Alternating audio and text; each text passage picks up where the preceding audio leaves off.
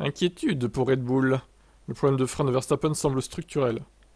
Ouais, alors, calmez-vous parce que les deux premières courses, ils ont pas eu de problème, quoi. Hein, donc, je pense que nous pouvons voir qu'il y a un problème. Il y a eu un problème où l'étrier a créé le frein pour se lier et ça s'est produit dès le début de la course. Vous pouvez donc voir la chaleur s'accumuler, je pense que dès le deuxième tour. C'est comme si Max avait un frein à main au troisième virage. Il a eu un moment, puis un autre, qui a permis à Carlos de le dépasser. Ouais, d'accord, en fait, ça freinait tout seul, quoi. Un tout petit peu, et ça a échauffé tout ça. Je comprends le truc, mais c'est bizarre quand même. Il a eu un moment, puis un autre qui a permis à Carlos de le dépasser. Il s'est ensuite aligné pour revenir à un autre moment. Nous avons commencé à voir la fumée et ensuite le feu. Il semble qu'il y a un défaut structurel ici avec le fournisseur Brembo.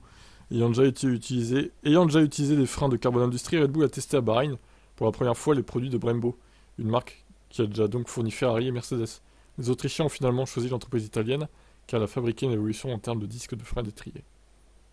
Les étriers Brembo en particulier se sont révélés être des pièces très complexes. Comme on le savait avant la saison, il semble que les pièces Brembo aient causé un problème dans les deux Grands Prix sur 3 en 2024. Ce n'est pas une belle moyenne, et sans aucun doute un motif d'enquête chez Red Bull. Et oui, mais regardez, parce que c'est italien. Brembo a saboté les freins chez Red Bull. Les complotistes pro Red Bull vont dire ça là. C'était fait exprès, c'est sûr. Tout ça pour faire gagner Ferrari, bah ça a réussi en tout cas, hein, si c'est ça. Ils ont bien joué leur coup là. Bon, bah voilà, Brembo qui sabote le frein de Max. Certains vont conclure ça du coup. Allez, je vous laisse commenter.